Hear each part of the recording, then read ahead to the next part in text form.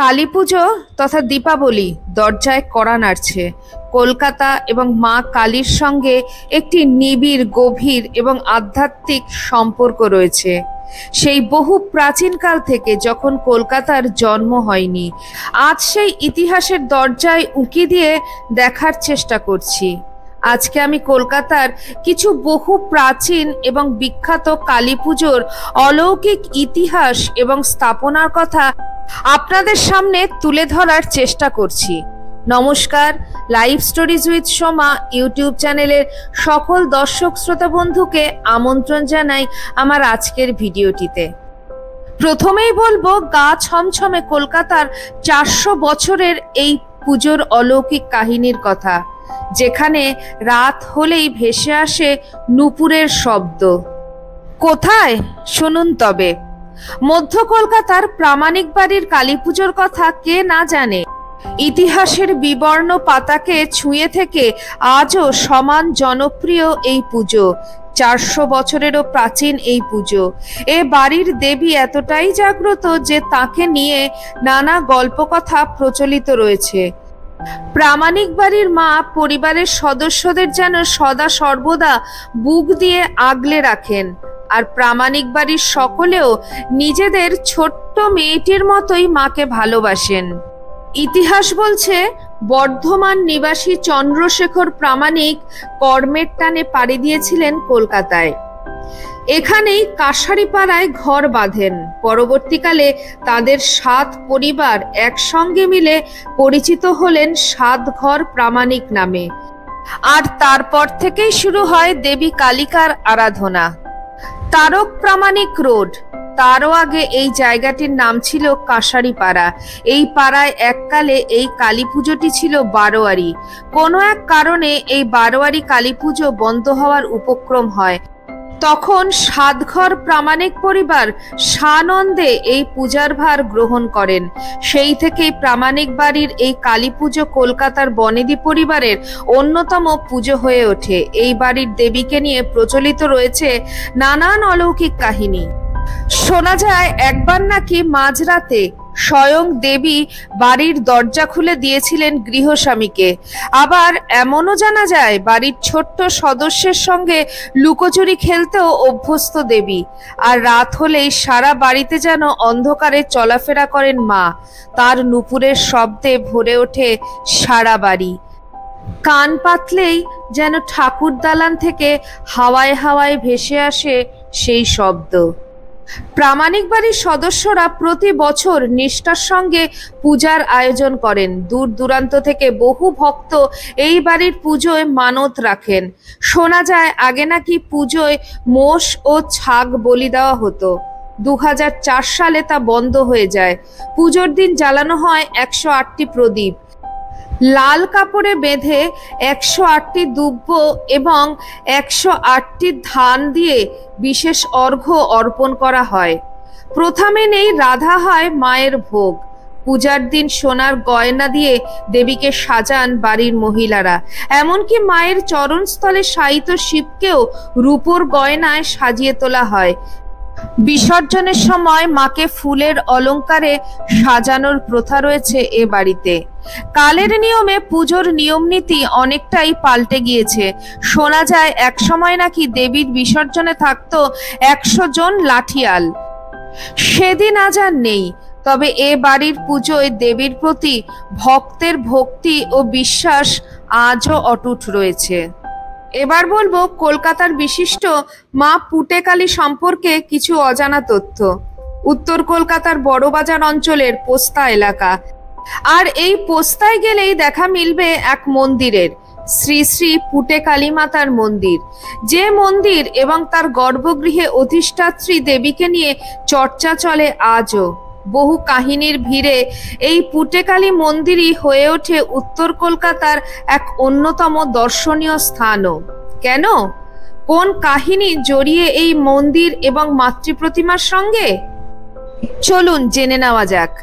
শোনা যায় প্রায় 500 বছর আগে গঙ্গা তীরবর্তী পোস্তা অঞ্চলে প্রতিষ্ঠিত হয় এই মন্দির।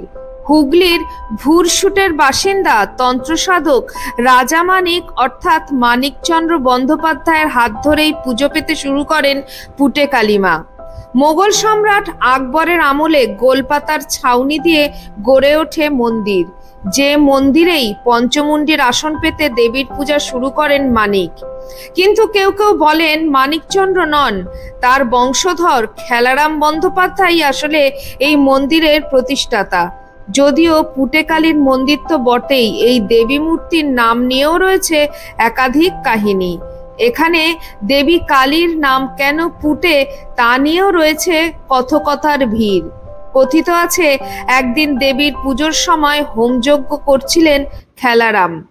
ঠিক সেই সময় নদীর কাছেই একটি খাল থেকে একটি পুঁটি মাছ হোমের আগুনে পড়ে, কিন্তু আগুনে পুড়ে যাওয়ার পরেও সেই মাছকে যখন ফের জলে দেওয়া হয়, ওই মৃত মাছই প্রাণ ফিরে পায় দেবীর কৃপায়।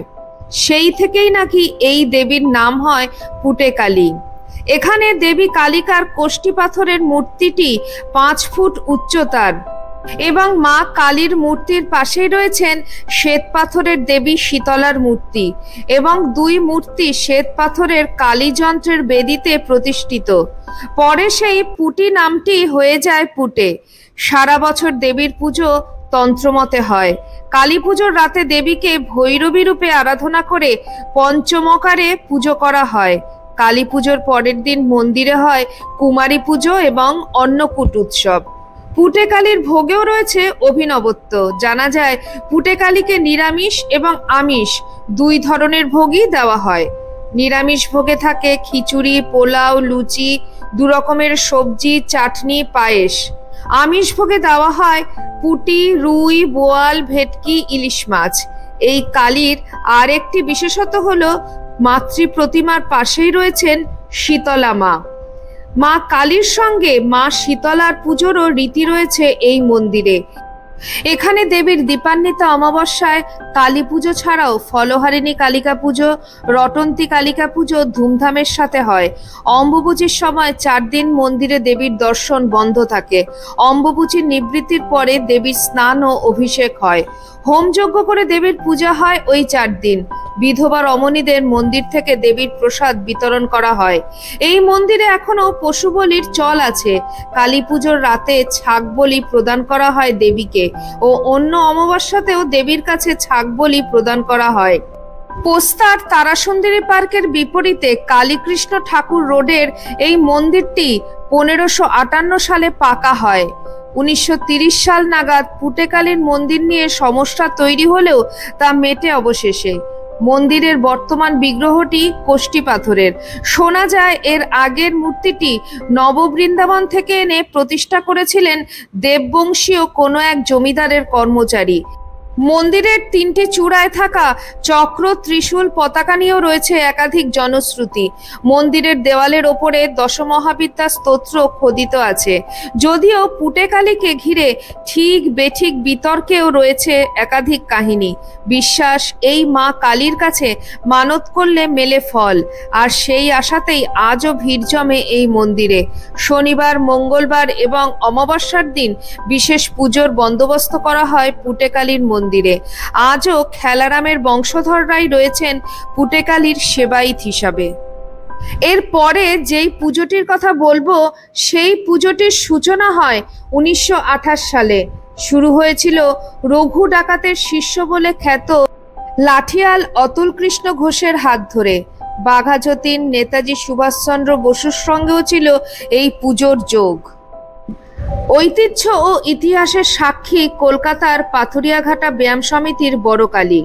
95 বছর পেরিয়ে 96 বছর তথা শতবর্ষের দিকে গুটি গুটি পায়ে এগিয়ে চলেছে এই পুজো। উত্তর 24 পরগনার নৈহাটির বড়মার পুজোর পরেই রাজ্যের কালী পুজোর ইতিহাসে এই পাথুরিয়াঘাটার বড় কালীর কথা বারবার শোনা যায়, যার সঙ্গে জড়িয়ে আছে স্বাধীনতা এবং স্বদেশী আন্দোলনের ইতিহাস। ইতিহাস বলে এই পুজোর সূচনা হয় 1928 সালে। শুরু হয়েছিল রঘু ডাকাতের শিষ্য বলে খ্যাত লাঠিয়াল অতুল কৃষ্ণ ঘোষের হাত ধরে। বাঘা যতীন, নেতাজি সুভাষচন্দ্র বসুর সঙ্গেও ছিল এই পুজোর যোগ। 1930 সালে এই পুজোর সভাপতি হন নেতাজি। সেই সময় কলকাতা পুর নিগমের মেয়রের দায়িত্বেও ছিলেন তিনি। শোনা যায় সেকালের স্বাধীনতা সংগ্রামের সঙ্গে যুক্ত স্বদেশীরা নাকি শক্তির সাধনা করতেন।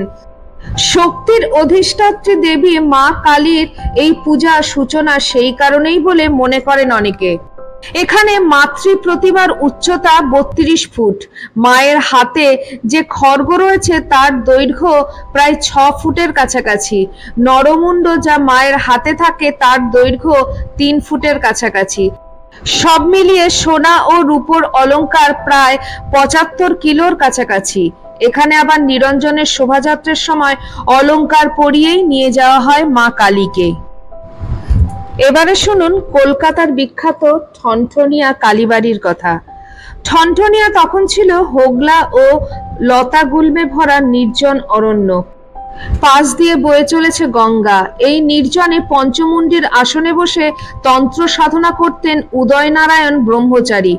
তিনি ঘটে মায়ের আরাধনা করতেন। একদিন উদয়নারায়ণ ব্রহ্মচারী রামশঙ্কর ঘোষ বা শঙ্কর ঘোষের হাতে মায়ের পুজোর দায়িত্ব দিয়ে বিদায় নিলেন। 1110 বঙ্গাব্দে শঙ্কর ঘোষ ঠনঠনিয়ার কালী মন্দির প্রতিষ্ঠা করলেন। তৈরি করলেন মাটির সিদ্ধেশ্বরী কালী মায়ের মূর্তি। দেবী সিদ্ধেশ্বরীর সেই মৃন্ময়ী মূর্তি আর সাধকের সেই ঘট এখনো নিত্য পুজো হচ্ছে ঠনঠনিয়ার মন্দিরে। ঠাকুর শ্রী শ্রী রামকৃষ্ণদেব প্রায়ই আসতেন ঠনঠনিয়ার সিদ্ধেশ্বরী মায়ের কাছে।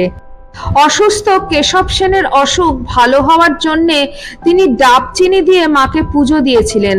প্রতি বছর মৃন্ময়ী মূর্তির অঙ্গরাগ হয় দীপান্বিতা কালী পুজোর আগে। কালী পুজোয় মা সিদ্ধেশ্বরীকে সাজানো হয় রাজ রাজেশ্বরী রূপে। কানপাশা, বালা, কঙ্কন, মান্তাসা, সীতাহার, মাথার মুকুট ও নানা গয়নার সঙ্গে বেনারসি শাড়িতে সজ্জিতা হন দেবী সিদ্ধেশ্বরী।